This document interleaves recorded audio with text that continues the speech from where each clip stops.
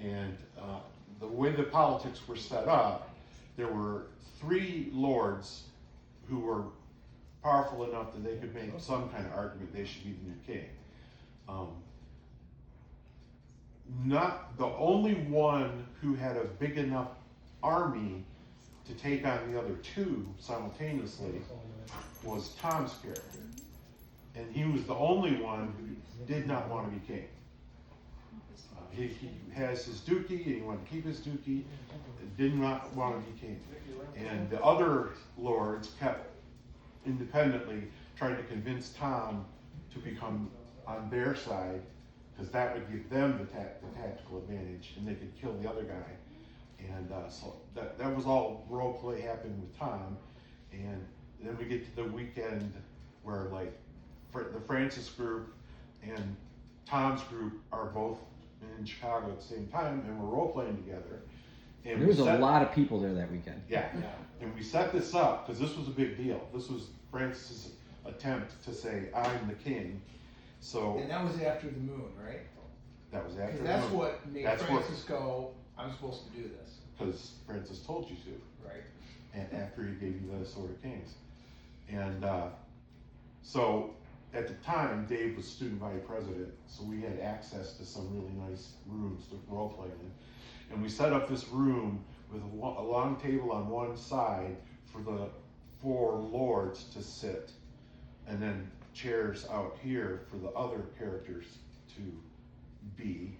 And in their mind, the 4 lords were having a conversation about who's going to be the next king. And there was Tom, and who else?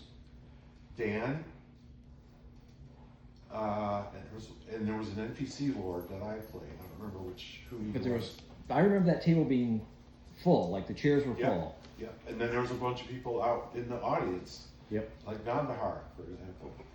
And so they're starting their meeting about who should be king, and he marches in and barges in and says, I'm the king. You don't need to have this argument. And remember when I told you Tom said, I'll do it, but I want to play a real noble? Mm-hmm. So his first reaction to this commoner, Shepherd, was, farmer boy, I don't want you in this meeting. Leave. Shut up, Bill. And he went, you don't understand. I'm the guy you're looking for. And Tom was like, leave the meeting. Now, Tom's general was standing in the doorway of the room, like, being a guard, as all this happens. And Tom was getting pissed off. And Dave was going, just let me explain. And Tom looked at Braddock, who at that point, Dave was standing at the door to that room. So Paul and Dave were like face to face. And kind of under his voice, so I don't think many people heard this, Paul said to Francis, please don't make me kill you. Because by then, after hearing everything he heard, he thought Francis was the king. But that didn't change the fact that if Tom told him to kill him, he would kill him, because that's fealty. And Dave left the room, and then they were all like... Probably mostly because of respecting you, because I can't imagine the lords mattered. Yeah, and the lords started, there was a whole bunch of role play I'm DMing of the lords going, who the hell was that? Is this something we need to look into? And while that's happening... I was going to say, is this the fabled outside of the room conversation? Yes. I don't know who went first. I think Paul went first to the crow's nest and was just thinking, what am I going to do? I think this is the guy, but my lord's going to tell me to kill him. And then Dave saw him alone, and he went over there, and they started talking about honor, and Dave, I think, was trying to say, I'm sorry I put you in that position, you're doing the right thing. And Paul started saying, I believe you, I think you're the king. But, I swore fealty to the Duke, and if the Duke says that I have to take you out, I have to take you out, so stop doing this, And then that really moved Dave, that sense of honor of, even though I know you're the guy, I'll still kill you if that's what my Lord tells me to do. And that calmed him down enough. And then when they did go back in, David was totally different. His demeanor was totally different. It was respectful. He talked to them. He kind of just was like, answered questions. They just asked a bunch of questions, and he just answered. And I believe you drew the Sword of Kings at some point and showed that to him. And then it was like tabled till tomorrow. And then that night, Tom had a special relationship with a local fairy because he was the Duke. So he went to her just to ask, what the hell is the Sword of Kings? And that was a role play that we did alone, and he wanted to talk to her. So he starts talking to her, telling her what's going on, and she says, yes, I know all about it. And he goes, I don't know what you think I'm going to do, but I am not going to make somebody the king of Gaul because they have a sword. And she said, It's not a proper form of government. she said, oh, you misunderstand. He isn't the king because he has the sword. He has the Sword of Kings because he's the king. And then Tom was on board. Tom was on board after that, and the next day at the meeting, they all swore fealty to Dave, and then Dave swore fealty back, that he would rule justly and everything. And then they had a whole other set of problems they had to deal with almost immediately. How did Braddock end up with me though, instead of with Kineska? Well, at first, you had this immediate dwarf problem, and you guys were just forming armies and doing stuff, and We got attacked right away, right? yeah, and he just went where he needed to go. Braddock did. Braddock did. Okay. And when that finally simmered down, and you started actually erecting your government, you decided that the hereditary feudalistic government was not appropriate, and you wanted to create a new one that was somewhat democratic. And you remember that? No, but and the Lord's let me do that, huh? Well, you called a meeting of the Lords and other people who like Braddock, I don't remember it, but it totally sounds like something I would have done. and you started trying to explain democracy to a bunch of people who didn't get what you were saying at all. And you were going to create a new position. What did you call it? Warden, maybe? I don't remember. But it would replace nobility, and the way a person would get this position would be through deeds. Merit. Right. So they'd have to show already that they're the right stuff, and then you would make them the warden, and you would assign them, this is the area you're responsible for. And there was a big long debate about how's that going to work. And somebody, actually I think it might have been Tom. Tom was going, that's a wonderful idea, Your Majesty, but it'll never work. And you were like, why do you say that? And Tom was like, because there are people here don't understand politics well enough to be able to vote on issues. They'll just do what you say. And you were debating this, and to prove his point, they called in Paul, because everyone thought he should be one of these wardens. And you said to him, if I tell you I want you to vote what you feel is the right thing to do in a situation, will you do it? And he said, and Paul just went, if you tell me to, I will do it. And it was like perfect example of what Tom was talking about.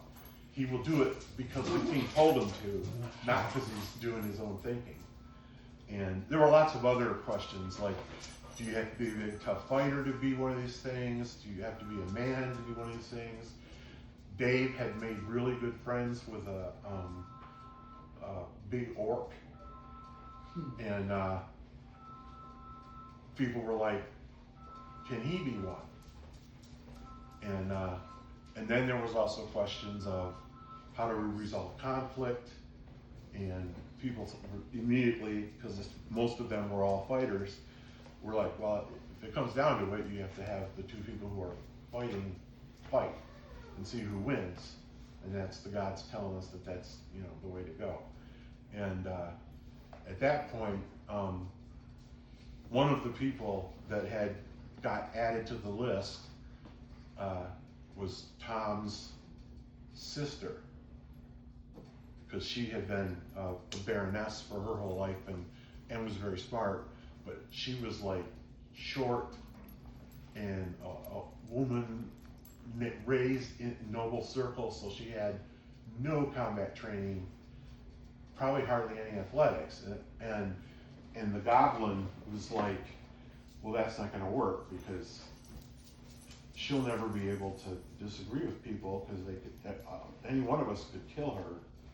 And then she said, if you give me about a year to prepare and learn how to fight, then you can test that theory to see if that'll work. Which of course made everyone go, oh, she definitely needs to be one of these wardens. And they set it up eventually. But the thing was, the kingdom was expanding faster than they could get wardens set up. Because they were very picky about who they would put in that position. And they had another nation contact them who was was in trouble, and basically contacted them and said, we hear you have this new kingdom where there's freedom and justice, and we're about to be destroyed by a fascist. Can you come help us? And so Dave wasn't like actively out there trying to conquer the world, but the world started coming in on him. And of course, The world called for the freedom. of course, he never said, nah, you're on your own. He went out and... Another great story that happens right about that time, we were a little spread out, and mostly we would play in Chicago because it was kind of in the middle. But every so often we'd go up to Kalamazoo, where Paul and Tom lived, and play there. And Paul was in college at the time, so he would... A few minutes before it starts. Cool. So he would get us some place to play, and was that the student union we were in? I think so. If you're telling the story, I think you're telling. So we all descend on Kalamazoo this one weekend. We go into this little conference room, and we're role playing away, and it's pretty heady stuff. It was the country that called and said, I need help. It was ruled by a queen, and the country next to hers basically was going to just walk in and take hers because it had way more military than she did. And she's like, I need help. And Francis was like, they traveled to meet her, and Francis was like, I will help you. And she was like, no, hang on a second. I got concerns. Right? And that is, I don't want my people to suddenly be under some other leader who might not have any sense of honor or propriety. So the two of them are in like this kind of debate. And It's called negotiation. yes, and right around then, they get a message from a third country that the country was under siege, and we need help. So Francis, because he's in the middle of this intense negotiation, says to Braddock, This is my favorite scene you're about to tell. he says, take... Before you do it, do you mind if I get Charles pizza order? Yeah, Island Army, go down there, keep them from sacking the city, and as soon as we get this straightened out, we'll join you. So Paul takes off with the army, and Dave and Gandhar are hanging back to do the negotiation. Well, now I have these two scenes happening simultaneously, and so I moved. I was like, I'll put one people outside of this conference room was like a lounge area, and I thought Paul's going to be moving units and fighting war, so I'm going to keep him in here at the table, and we'll do our negotiation role play, which is just sitting and talking out on in the lounge area, and so we go out there and we're role playing.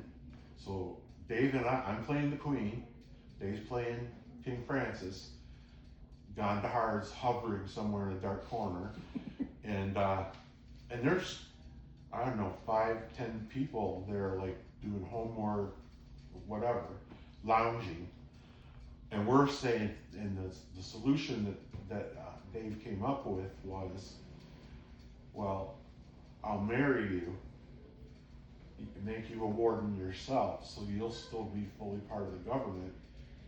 And that caused him to have to explain to her how that worked. And so they're having this deeply intense discussion, and they're talking about marriage, and it's me and Dave doing it. And all these students who are strangers to us, as it went on, I could see out of the corner of my eye, they all started like not reading whatever they were reading and just watching this happen, you know? I don't know if they knew it was role play or D&D or what they thought the fuck we were doing, but we had an audience for that whole role play. And then we decided, she capitulated, she said, all right, I will marry you. And then he was like, okay, I have to deal with this other war for the moment, and then we'll escort you to the Capitol, and we'll set all that stuff up. And then they went back into the room with Paul and fought that battle. But You skipped, isn't that the moment of when I show up and Braddock's character says the king is amongst us? that was, That's the fight? we hadn't got to there, yeah. Oh, I thought. When- Time's up. All right, well, No, time's up. when he and Gandhar got to the fight, which they weren't losing, but they weren't really I feel winning. like we had some troops with us too, didn't we? You had a small contingent. Yeah, I don't think I would have left you Yeah. with We nobody. didn't take some troops from the Queen? You may have I'm had trying to some of remember. her. I feel like we had a force with us. Yeah, you definitely had a force. But by the time they get there, it's this huge walled city that's under siege. And at some point, Braddock sees Francis riding in. He's just looking around trying to go, okay, what's this tactical situation? And Braddock started yelling to his troops, the king is with us. The king is with us. And that pumped up the morale of the men, and the place fell a few hours later. So Holly's gonna play with us. Cool. We should give